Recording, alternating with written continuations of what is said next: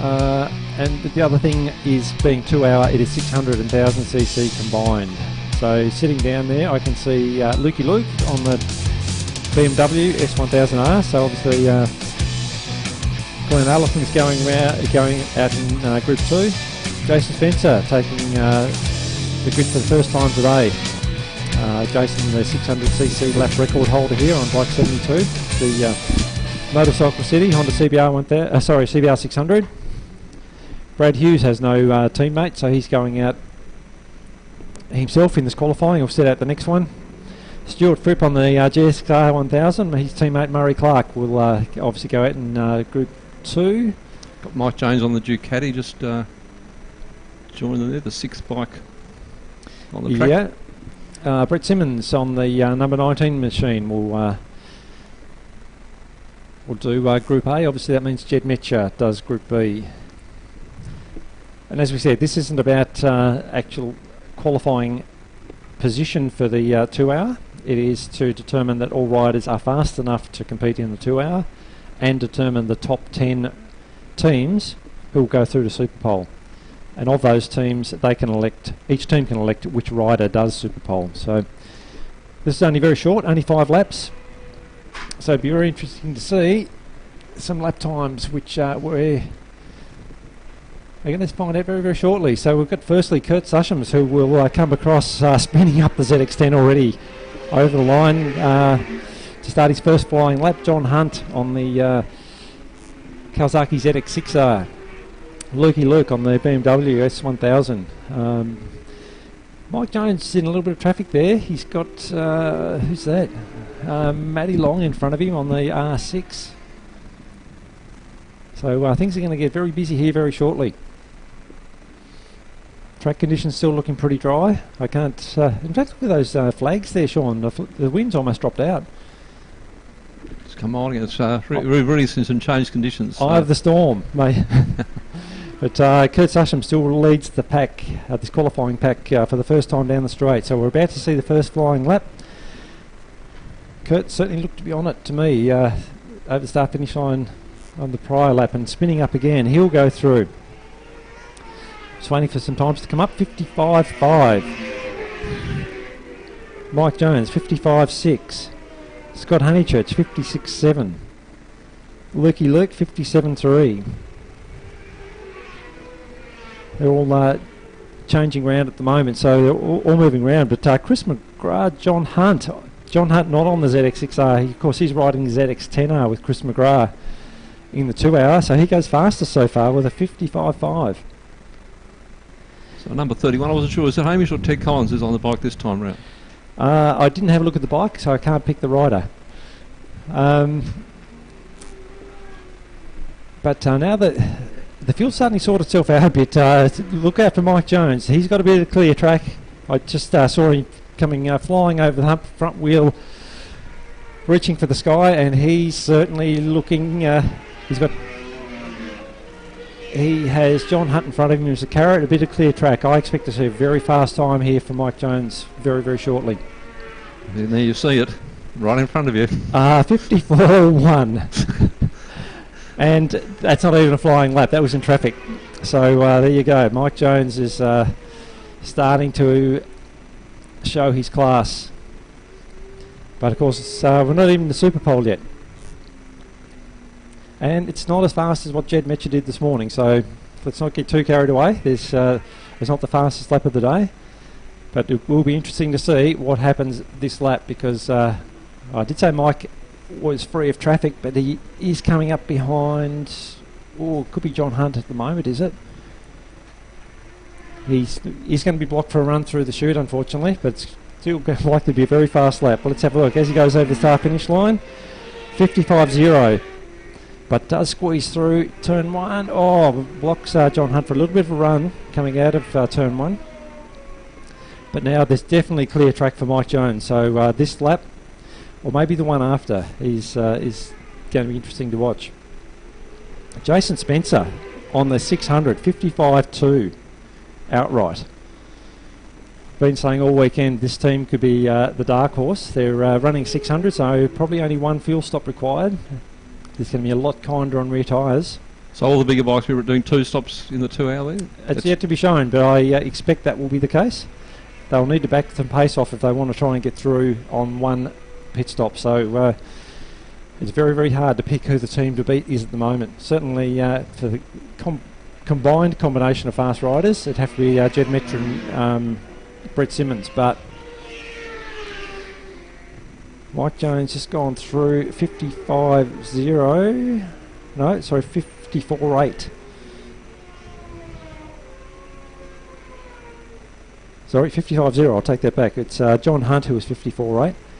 Jason Spencer, assuming it's actually Jason Spencer on the bike and not Scott Campbell, but I think it is Spence. I don't think we've picked up the time for Mike Jones on that lap through that one. Yes, interestingly as well, this has now been extended to 10 minutes when it was only meant to be 5. So I don't know the reason for that.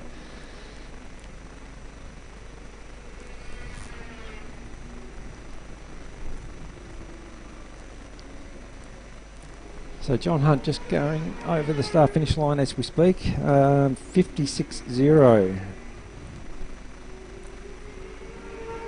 Scott Honeychurch, 5th place, 56.0. Gee, I tell you what, the pace these guys are running. Can't wait for Super Pole. Jason Spencer just re-entering the pits.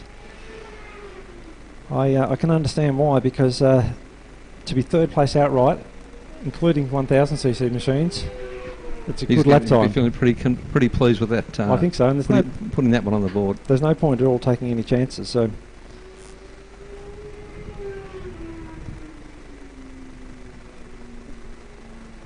Kurt Sushim's just crossing the line. Kurt goes through. That's a quick one as well. Actually, he must have. It's showing up to 62, so he must have had a runoff, or maybe just rolled out of it to get a bit of a clear track. But he's certainly looking on at the moment, so it will be interesting to see what he does. John Hunt going through there again. Same thing, 62. So maybe these guys are just rolling out of it to get a bit of clear track. Stuart Fripp crossing the line now. He goes through 56.9. Brett Simmons. Where's Brett? Why is he not showing up? Oh, he's showing up at the bottom, but no time. I tell you what, they need to get that sorted, because Brett's certainly not messing around out there. Yeah, it's just coming up and showing that one lap, but he's been out there for the duration of the session. He certainly has, so I hope there's not going to be an issue there, because it's going to be very, very important that that bike goes through to Super Pole.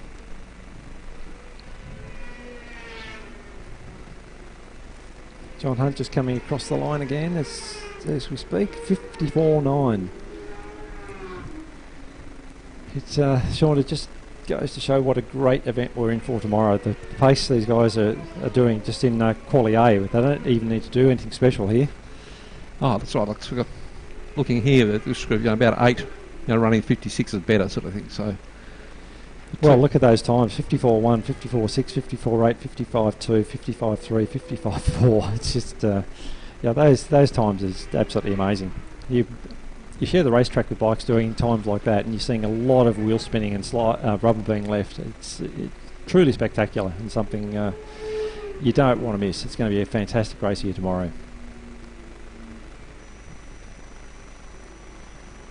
So still have a fixed bike 19.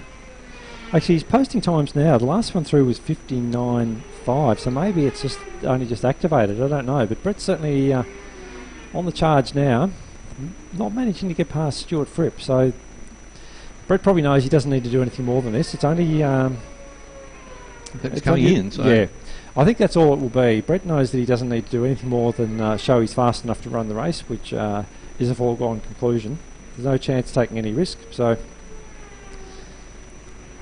no, I think he's going to continue. So maybe he was just looking for a bit of clear track.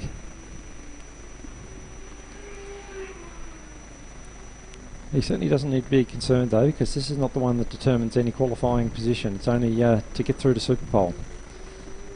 And Jed Metcher will be on the bike for the next session to actually determine that they're fast enough for the top 10 shootout, but I think Brett's already done that.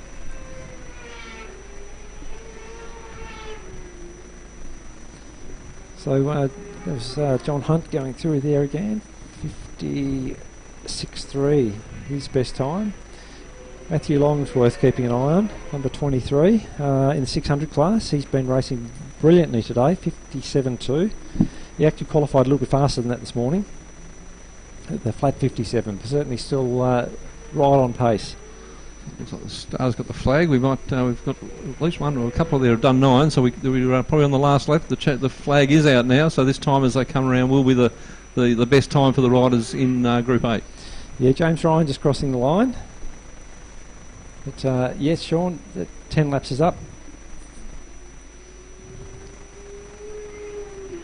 But interestingly, we saw the quick pace for most of them in those first 2 or 3 laps. Laps 2, 3 or 4 were where the bulk of those quick times have come from. And so a couple coming in happy with their the time they've achieved in 4 or 5 laps out on the circuit and just sort of make a couple of adjustments and get the bike ready for the second rider. Yeah, well, I don't think any of them need any extra practice at this stage, so really it should be a case of post a couple of quick times and get back in, get the bike sorted for Group 2.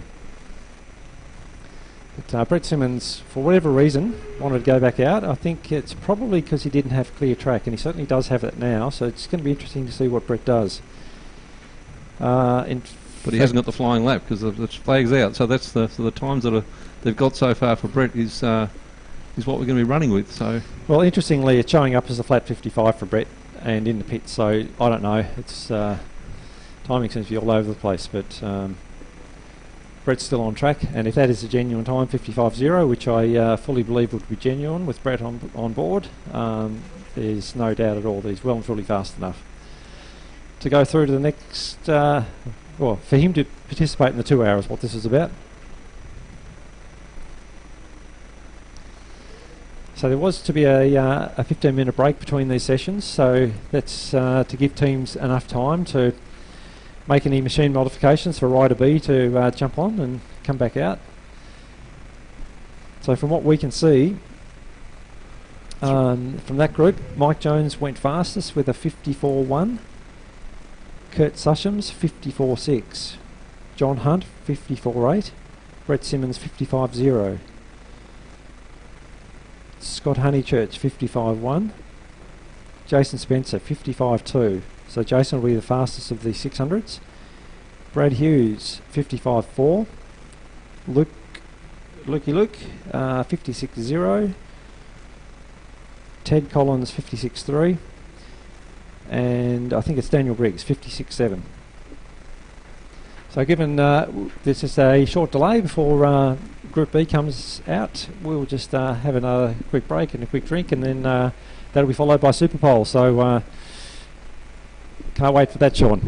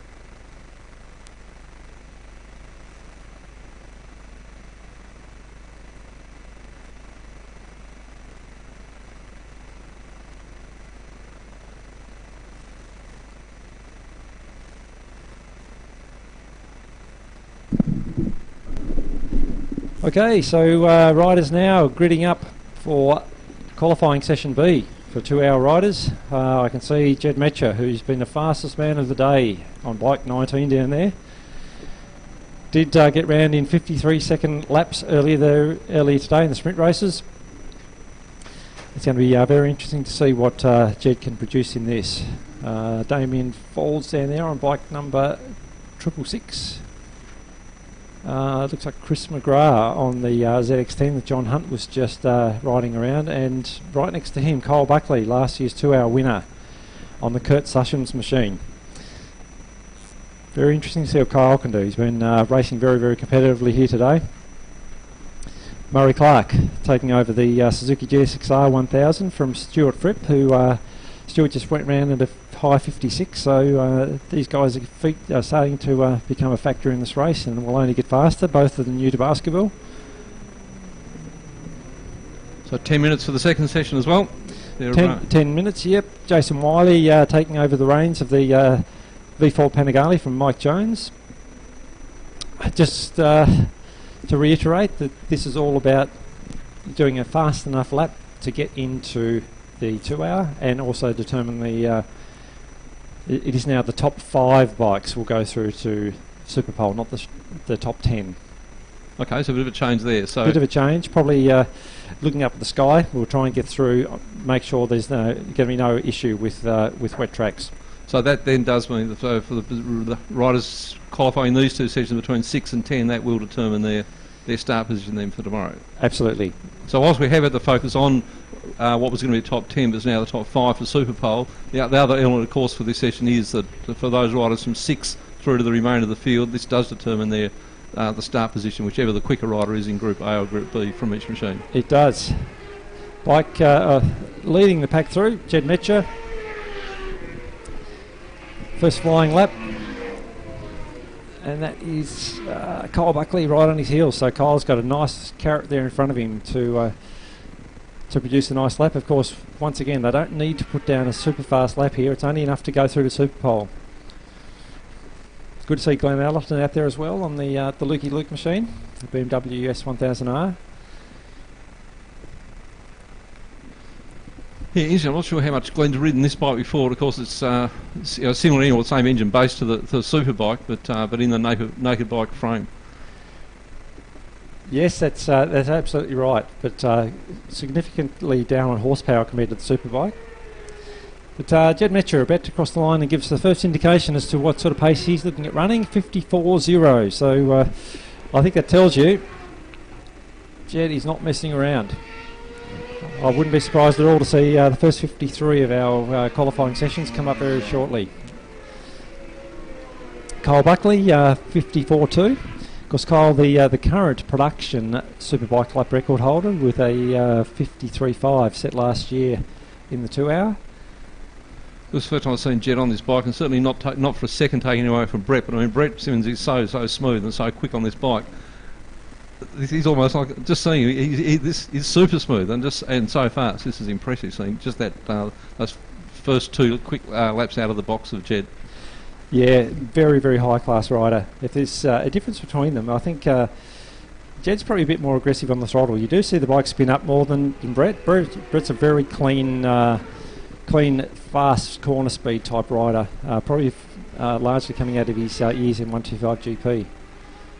Yeah, so there he's gone into the 53s this time. Yes, and it's not even Superpole yet, so that can only tell you how comfortable Jed's feeling. Once again, no practice at all here for Jed. He flew in last night, so first time on track here for him today. First time since last year's 2-hour, so it just goes to show what a great lap time that is for him. So 54 flat on the first flying lap, 53.7 on his second. Glenn Allerton, third fastest, 55.8. Glenn was saying that being of slightly taller stature than Luke, he struggles with this naked bike a little bit to get himself over the front and keep the front planted. So you're not going to see the best of Glenn Allerton here this weekend, unfortunately. But even so, those sort of lap times on a naked, certainly not a super bike, are very, very impressive. So 53.5 there from Jed Metcher. And we're not even in the Super Pole yet. Jason Wiley just going through there, 56.8, so he's obviously well within the qualifying cut-off time. Damien Falls, 56.0, bike number 26. So just running through the top 10 so far. Bike 19, Jed Metcher, 53.5. Bike 71, Kyle Buckley, 54.2. Bike 20, Chris McGrath, 55.2. Bike 111, Brad Hughes, 55.4. Bike 78, Glenn Allison, 55.6. Bike 26, Damien Falls, 56.0. Bike 72, Scott Campbell, 56.5. 2, sorry. Bike 126, Jason Wiley, 56.8. And bike 10, that'll be Hamish Sellers, 57.8.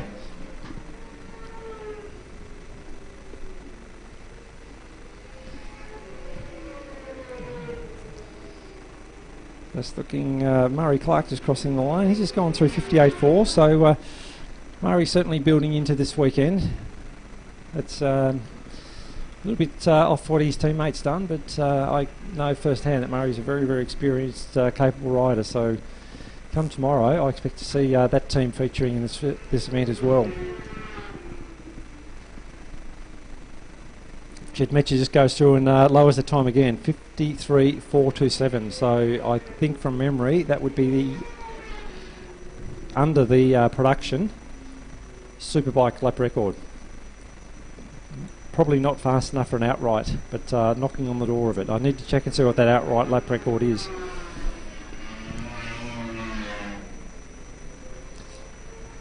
I don't know if anyone listening who knows that might be able to shoot us a message and let me know.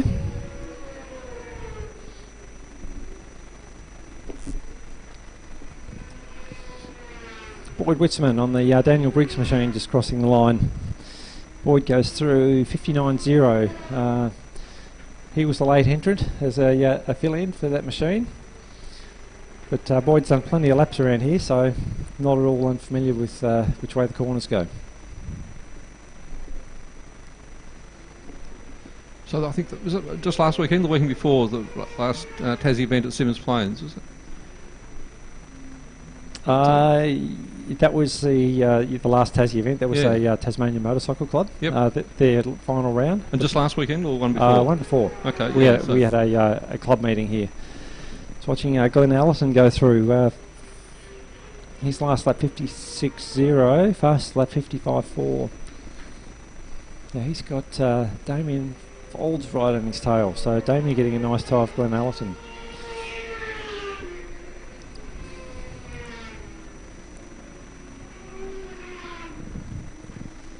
So only 2 minutes 50 to go. Sun shining again, so fingers crossed our Super Pole is looking pretty safe. Matt Coward going through on the Martin Long machine. He's on a 61.6. So if I do some quick calculations, I'll just make sure everyone's within the qualifying cut-off. So far our fastest time 53.4. So that makes effectively a 62-second lap. So the last bike, 62-second lap. So I think we're fairly safe that everyone will be through to the 2 hour, which is absolutely fantastic news. Yeah, so there's probably a couple of them were wondering just how quick that time is going to be that they would need to be within, but that'll be a pleasing result if that is the case for all the entries. Yeah, we'll just put a qualifier on that. I'm not looking at Group A times. I didn't see what the slowest time in that is. So, of course, both riders have to qualify to go through. So, as I say, we'll qualify that by saying we need to consider those times as well. But the 62-second lap is looking like being the cut-off for this event. So for any of you competitors out there who are sitting back saying, I can't enter this because it's too fast for me, well, I know you go faster than 62, so you should be in it.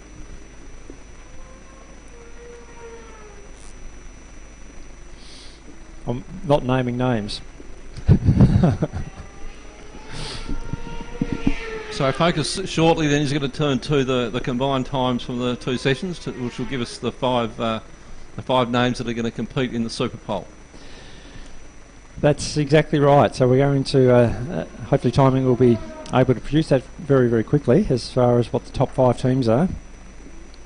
But I guess from what I'm seeing, it's going to be reasonably clear cut, but I'll wait for final times just to see what that's going to be. All I can say is I think it's going to be absolutely spectacular.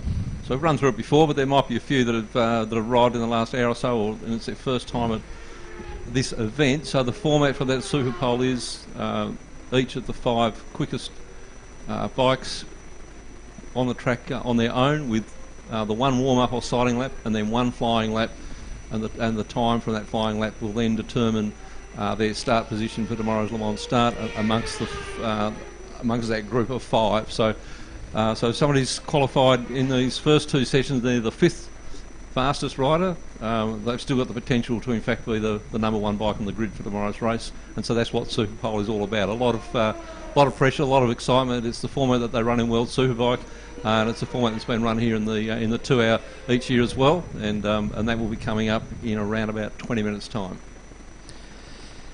Looking forward to that.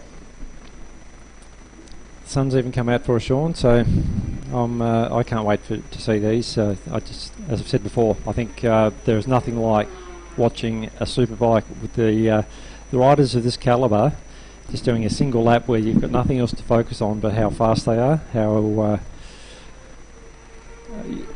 just how intense it is. You can see how hard they're pushing, the attitude of the bikes. There's just nothing like it. There's nothing else to distract your attention from just that one bike on track doing lap record pace, and that's what we're seeing here right now with Jed Metcher.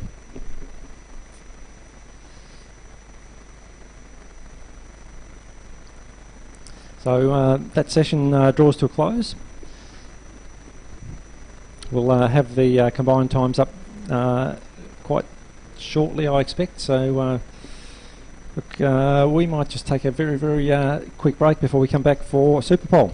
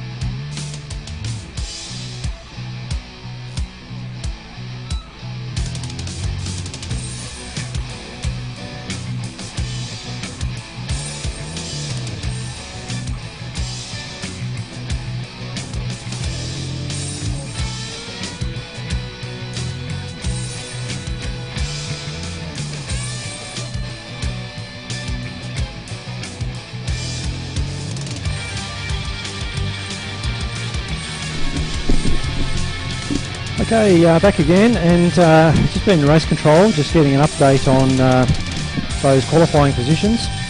So I can now let you know that we did say earlier that it was looking like only being the top 5 going through the Super Pole. It is actually going to be the top 10 because the weather does seem to be on our side. So that's absolutely fantastic news. The top 10. P1 went to the Brett Simmons Jed Metcher team with a 53.4 second lap. P2, Jason Wiley, Mike Jones, 54.1. P3, Kurt Sushams, Cole Buckley, 54.2. P4, Chris McGrath, John Hunt, 54.4. P5, Scott Honeychurch, Damien Falls, 55.1. P6, Jason Spencer, Scott Campbell, 55.2. And I'll point out again that that's the first of the 600cc machines. P7, Glenn Allerton, Lukey Luke, 55.3. P8, Brad Hughes, 55.4. P9, Matthew Long, 56.2. And P10, Ted Collins, Hamish Sellers, 56.3. Certainly something to look forward to watching. Like there's so much talent in that top 10. I think we're in for quite some entertainment here very, very shortly, Sean. So we've got across most of those pairings, we've probably worked out which one might have been the quicker. There's a couple we might need to confirm which of the riders was the quicker one, but as soon as they appear on the grid for Super Pole, we'll be able to identify and let you know before they go out exactly which rider it is that... Yeah, it's a good point. I don't have that information here in front of me, but from what I recall from what I saw during the live timing, I'd say out of Team 1, Jed Mitchell was the fastest. Mike Jones was the fastest. Kurt's... I don't know if it was Kurt or Kyle. I know they're running very similar times around here this weekend. Same with Chris McGrath and John Hunt. I think John may have actually gone faster, and I've got a feeling I saw where Chris was struggling with a bit of cold tyre tear. Same with P5, Scott Honeychurch, Damien Falls. I'm not sure who's the faster rider. Jason Spencer, Scott Campbell. I'm pretty sure Jason Spencer was fastest there. Scott hasn't had much of an opportunity to practice. He only arrived today. Glenn Allerton, Lukey Luke. I don't know. I think they were both in the low 55s. Yeah, Brad Hughes, Glenn, I think, but we'll see. Brad Hughes riding by himself, so there's no argument there. Matthew Long riding by himself, no argument there. And Ted Collins, Hamish Sellers, I'm pretty sure that was Ted because he does seem to be coming to grips with the 600 and Baskerville Raceway pretty quickly, so 56.3 from Ted. So as we said before, out of that group of 10, that was Ted. In any event, they're in the top 10 pairing. So Ted Collins is his first outing at Baskerville. So that's a pretty great achievement. A ride at the circuit either Thursday or Friday for his Thursday, I think, for his first look-see. Exactly right. So it's certainly the only rider. Again, if that is Ted, it might be Hamish that's running in 10th. But if so, that would be the only rider in the top 10 on his first appearance at Baskerville. Oh, so. Absolutely. What I'll do also is run through the other positions that are P11 through to 20. Now, they won't be going to Super Pole, but these positions are fixed, as you said before. It will determine their actual starting position. So out of P11 is Daniel Briggs and Boyd Witzeman with a 56.7. P12, Stuart Fripp Murray Clark, 56.8. P13, Josh Rees, Matt Carey, 56.8. P14, Jonathan Hughes, 57.0. P15, John Parnell, Mitch Hawksley, 57.1. P16, Shane Robinson. That's a pairing of Shane Robinson, James Ryan and Rod Garrett, 59.0. P17, Wade Schrader, 59.3. P18, Kane Bowman, 59.3. P19, Martin Long, Matt Coward, 61.4. And P20, Peter Bell-Chambers, Ian DeBoer, 61.8. So 20 starters tomorrow for the 2 hour, Chris. I think we've probably got 4 or 5 names that are riders on their own. What's the feedback been from people who've done the 2 hour event on their own? How they're feeling sort of after 2 hours, and how's that sort of second, or rather the last half hour of the race after? Quite honestly, it's been mixed. I think the first rider we saw do it, now I could be wrong here, but I do remember the first dry year that Mike Jones did it by himself on the Bob Sellers Ducati. Mike, very fit guy, he was complaining about a lot of knee soreness towards the end of the race, and as we all know, he ran out of petrol on the last lap and found he was finding it very hard to get off the bike. So he found, as I said, a lot of knee soreness in that race. But subsequently, there are other riders who have done it solo. Toby Honeychurch, he won the 600 class and said he found it quite comfortable. As recently as last year, Brad Hughes ran solo, and as he is again this weekend. And not only took it on as a challenge, but said he actually got into it and felt quite fine. So, look, I don't know. I think it depends on maybe what you're riding, how much preparation you've put in. Different riders find different things. I know from my personal experience, half an hour's enough. 10 minutes is enough. Yeah, well, I think all in those talk about those shorter distance races. I mean, all those races today we've seen have been 8 laps, and that's even that relatively short period of time. But I mean, going back 20 or so years ago, most of the support class races were either sort of 4 or 5 laps. So 8 laps again. It is sort of work on the wrists in particular, I guess. Yeah, I was talking to Jamie Needham about that here this morning. I think what a lot of riders find is in a sprint race, the first few laps are largely around adrenaline, and you're quite tense. You're probably holding your breath more than you need to, because it's just like, imagine entering a sprint race, like a running race. You just put absolutely everything into it. You forget about your breathing until your body starts to protest and say, well, hang on a second, I need some oxygen. I need you to stop tensing up. And it's only then when I think, particularly in an endurance race, you get that to that point where you might find fatigue creeping in, but through no other choice, you've actually got to start relaxing and just flowing, and the race sort of comes back to you, and you can get into a nice groove. And sometimes riders even go faster than they ever have before, and they're not realising it, because you do get into a groove and you flow more with the bike rather than fighting it. So look, it's different for different riders, but certainly we're going to see tomorrow how riders fare, but especially if it's a dry track. But from my experience, the first 10 laps can be difficult. That's where the pain starts to creep in, and then after that you sort of relax into it. And people like Brad Hughes who say, yep, they've done 2 hours fairly comfortably. I think it's because they do relax and they're already very fit, and they flow with the bike and they're nice and smooth. Just 1 second, we've just got an update from race control.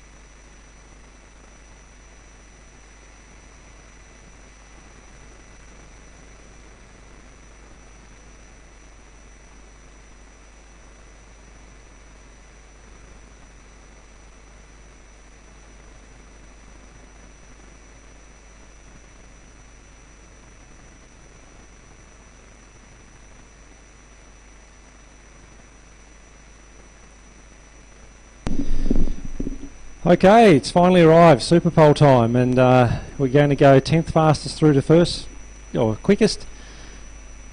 Up first, bike number 31 is the Kawasaki ZX6R, team of Ted Collins, Hamish Sellers, and for those of you who aren't familiar, Ted Collins, 2017 Australian Supersport champion. First time here to Baskerville, so still finding his way around, but it goes without saying that this guy is a very, very talented rider. So the format is one siding lap, one flying lap, return to the pits, next rider out. So we'll try and keep you abreast of times. It's going to be absolutely fantastic to watch, and I certainly wish every rider out there the best of luck, because you've got some great competition out there. It's going to be a true spectacle for us. So Ted Collins on the machine. As I say, one siding lap. It's very, very hard to just produce one quick lap. It's so easy to make the slightest little mistake. There's no other bikes around you to use as a reference. But pleasingly, I can also say that conditions are back to almost being perfect. There's a little bit of a breeze, the sun's out. It's I think it's fair to say there's not going to be any excuses as far as laying down a fast lap time. It's still reasonably mild out there. So we're about to find out, Sean.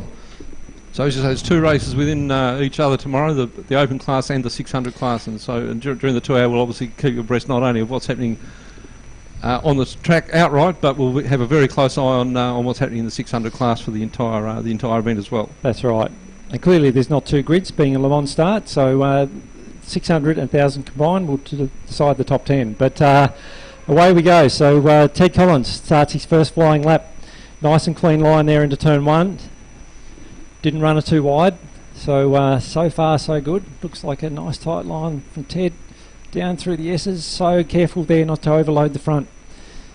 And now it's a critical part. Keep it nice and tight and get on the throttle as early as you can without spinning it up. The 600 is a little bit easier to manage than the big thousands, but now the critical part of the track. Fast, economical lines over the top of the hill.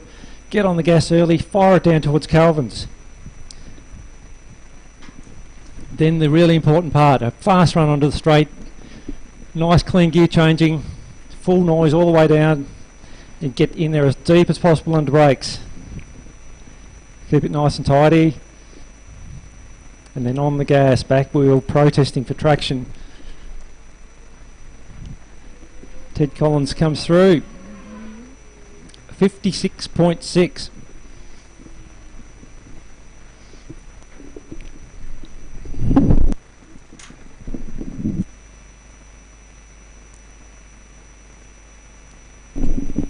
So next bike out, Matthew Long.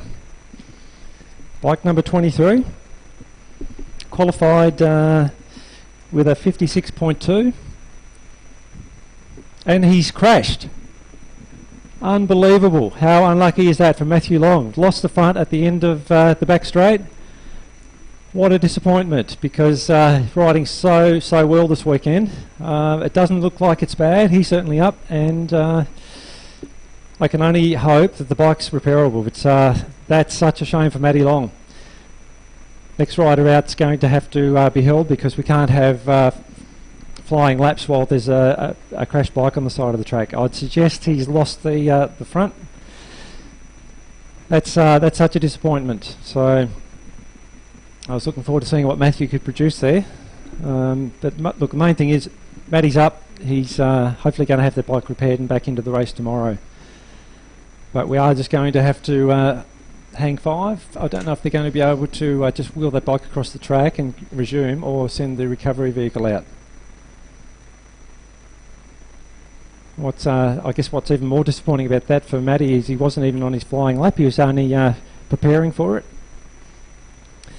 But at the same time, it's what can happen with these pressure events. It's a very, very difficult thing, as I was just saying, to just put it all together for one lap, and that's the sort of stuff that can happen. And it goes to show that these people are very, very serious. They're trying their hardest. Yeah, so also on a 600, so yeah, Matty was looking to get as good as possible start for tomorrow in the 600 class and here in the top 10 in Super Pole. So that will we'll mean at this stage then that he'll be in position 10, and so the quickest time has been the one completed flying lap from Ted Collins at this stage. Yeah, that's correct. I can't see now for the recovery vehicle in front of us, but it looks to me like Matty's up, the bike's up.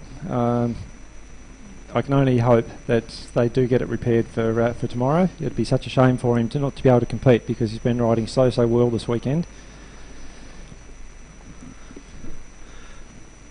Well, Matty Long's supported by Red's Motorcycle Repairs, and that's certainly one of the best motorcycle repair and mechanical places in Hobart. So if anybody can get the bike, hopefully it's not too severely down. In fact, we're seeing it. I see him coming back. Yeah, actually on board. So only question is, have the guys lost a bit of heat in the tyres before they go out? I can see Glenn Allerton sitting there, so they want to be. They have tyre blankets on, so hopefully they're going to be okay. The next bike on track, it looks to be Brad Hughes. In fact, Matty Long actually riding back in, so that's fantastic. I'm assuming he just pushed that front a tiny bit too hard, and they closed on him, and they're a very, very hard thing to save. But back to action on track. So Brad Hughes, who's the first of the 1000cc competitors riding on his own? That's correct. He went through with a 55.4, so starting to get into those sub 56 times, and things get pretty exciting at that pace. Brad also a very, very experienced campaigner. He very, very strong race last year in the 2 hour, rode that solo as I was referring to before, and he's been getting faster and faster this year, so I'm expecting big things from Brad in this and in his race tomorrow.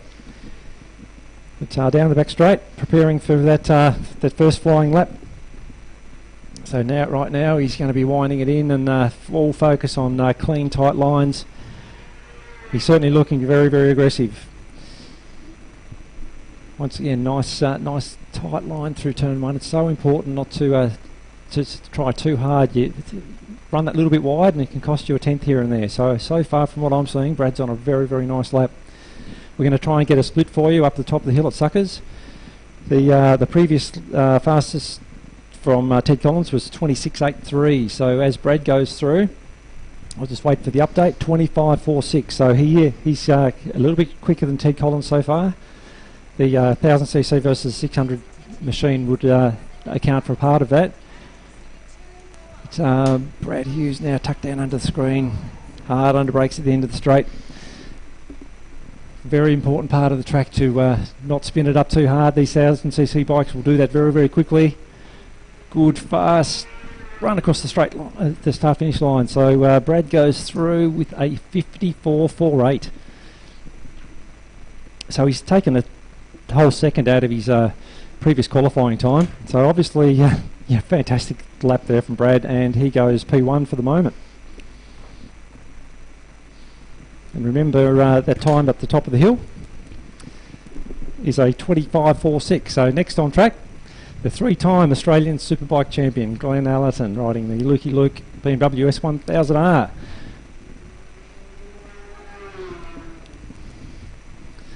Into turn one, Glenn Allerton. You can see a bit of spin up even from here between 1 and 2. Get him do nice and tight through the S's. Now's the critical time to get that hooked up without spinning too much for these thousands. They want to spin up hard at the bottom of the hill. Getting light up over Suckers, gently on the throttle. 26.09, so down a little bit on Brad Hughes. Goes to show how good that time was from Brad. Tuck down, trying to, no windscreen to tuck in front of, but almost lying flat on that tank, trying to get everything out of that bike. Glenn Allison loose under brakes. Gassing it up through the sweeper. What's it going to be? Certainly trying hard. It's through with a 56.6, so 2/10 outside the time from Brad Hughes. So far, Brad Hughes retains P1. But having said that, who would have thought a naked bike could do a 56.6 around here? So next bike out should be the 600cc machine of Jason Spencer, Scott Campbell. He's only just rolling out now, so I don't know what happened there. But Jason Spencer on board. Once again, 600cc machine. And Jason Spencer is the current 600cc lap record holder here at Baskerville. So this could be a very fast lap. I don't know why Glenn Allerton has gone round again. He's gone through in a 55.2, so I don't know if I got my laps wrong there, did I? Do you know, Sean? No, not at all. It's he's done. It's a second. It will show it as a second lap as well, I think, on the screen. Well, look, I'm sorry. Maybe that was my mistake. Maybe it was a sighting lap. Surely not. He was certainly trying hard for a sighting lap. Anyway, if that was my my oversight, I'm sorry. But we now have Jason Spencer on track. It will be definitely a sighting lap for Jason. And I'm assuming that laps will stand for Glenn Allerton, 55.2. So maybe I was getting mixed up and he did a sighting lap. I called his sighting lap as a flying lap. I don't know. Anyway, let's move on to Jason Spencer, who's on his CBR 600.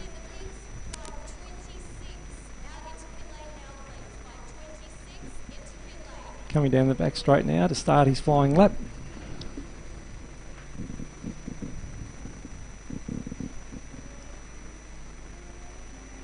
Certainly one of the loudest machines on track. Over the start finish line now. Jason has done plenty of laps around Baskerville and plenty of laps on this this bike as well. So far, that lap's looking good. I can't see anything wrong. Nice and tight down through the S's, keeping everything collected. Yeah, good drive there at bottom of the hill. Now the part of the track, the faster part of the track that really seems to make the difference on lap times around here. 26.1 though, he's down a little bit. So 25.46 was the time at the split. For Brad Hughes, so that's for Brad Hughes still holding P1. Well, actually we don't know about Glenn Allerton yet, so let's go back to Jason Spencer. So now entering the chute. Oh, spun up a little bit there, slightly out of the seat. That might cost him a few tenths. So crossing the line now, goes through 55.6. So that will be the fastest 600 time. On the timing we have with the 55 of Glenn Allerton, that puts Jason Spencer into P3. So far we still have Brad Hughes P1, 54.4, Glenn Allerton 2, 55.2, Jason Spence, Scott Campbell P3 with 55.6, and Ted Collins, Hamish Sellers, beg your pardon. Back on track, we've got Scott Honeychurch going through on the ZX10. Ran it from my eye a little bit wide between 1 and 2, which is very easy to do, but through the S's he's certainly looking pretty good. This is, as I keep saying, the critical part to get a good drive up that hill. Bikes get very light up here under brakes. Float across the top of the hill. Now on the gas as hard as you can on these big 1000cc machines. Good run through Calvin's is what's required for a good run down the straight. So now hard on the tank, under the fairing, wheeling off the hump. Yeah, nice and clean into the entrance of the chute. Not too much spin up, so this could be a good time from Scott. I couldn't see too many mistakes. Yeah, 55.2, not fast enough for P1, so he goes P3. Still a very, very impressive time. So next bike out will be Chris McGrath, John Hunt. I can't see who's on the bike. Oh, it's...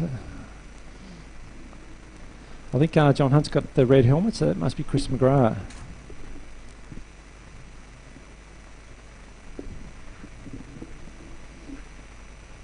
Yes, it is Chris McGrath. So he's just gone onto the track now as we get Scott Honeychurch completing his, well, I won't call it a cool down lap, but he returns to the pits. Chris McGrath, very, very capable rider. He's one of the few riders to have lapped in the 53s around Baskerville.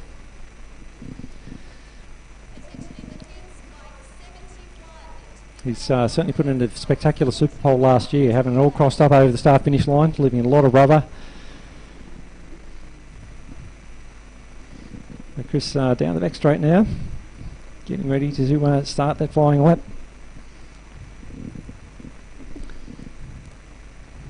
Yeah, a little bit of spin up there, but that doesn't matter. This is not the lap that counts. So now about to cross the start line and counting. So nice front there through one. Chris often does struggle with the front a little bit through the top of two, but he's through there nice and clean. Well done, Chris. Still looking good down through the bottom of the S's. And again, nice drive up the hill. I wouldn't be surprised if this is a quick time. We'll give you the split very, very shortly. 25.85, so only just outside Brad Hughes, so he's still within striking range to take P1 here. ZX10 certainly not shy on horsepower. Wheel standing down the back straight.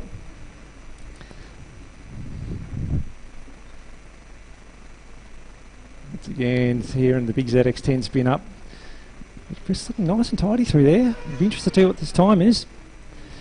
No, he doesn't do it. He goes P2 with a 55.0. So Brad Hughes still 54.48, P1. Well done, Brad Hughes. So just want to confirm that time on Mike, but for Brad that means starting from 8th in Super Pole, he's going to either start at least in either 4th or 5th. So who's that? Brad, with that time he holds with the current leader.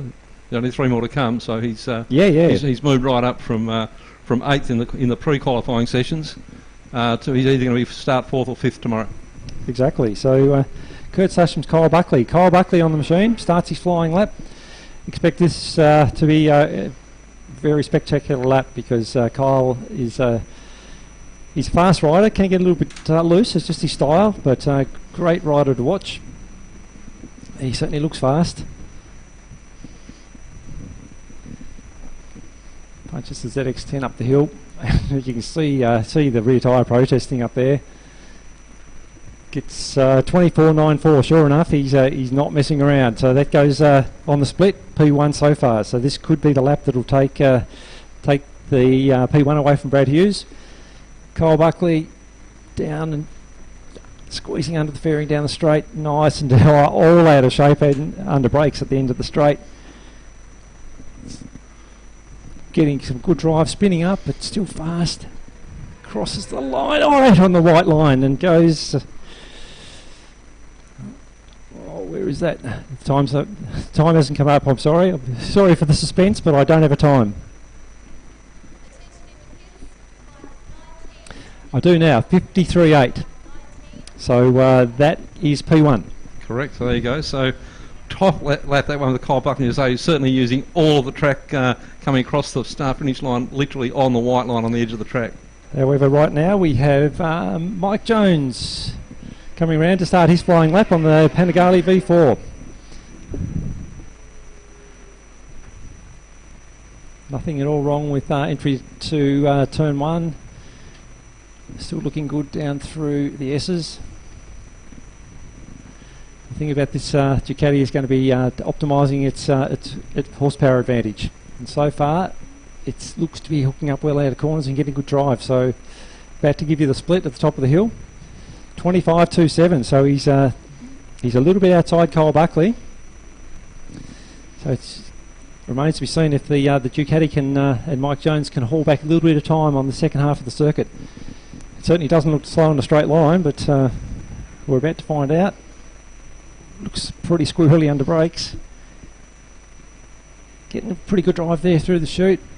Nice tight line through the sweeper and right at the white line as well. So Mike Jones still waiting for time to come up. Goes second, 54.1. So Kyle Buckley, still P1. Last bike out is Jed Metcher. He's set the fastest time so far today, so this is going to be very interesting to see what Jed can do on the Honda CBR 1000. Coming through the chute now, knee in the dirt. Crosses the line. Oh, very, very loose. Under brakes into turn one. Is he going to run wide? No. He certainly collected it up. Nice run down through the S's.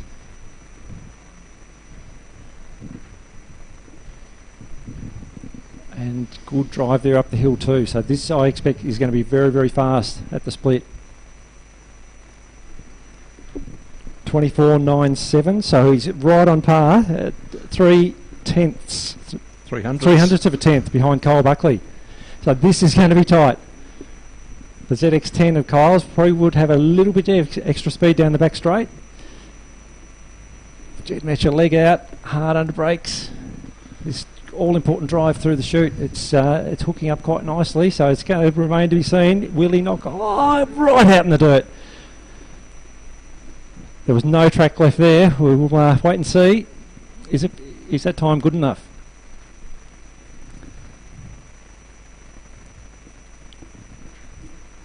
The suspense is killing me.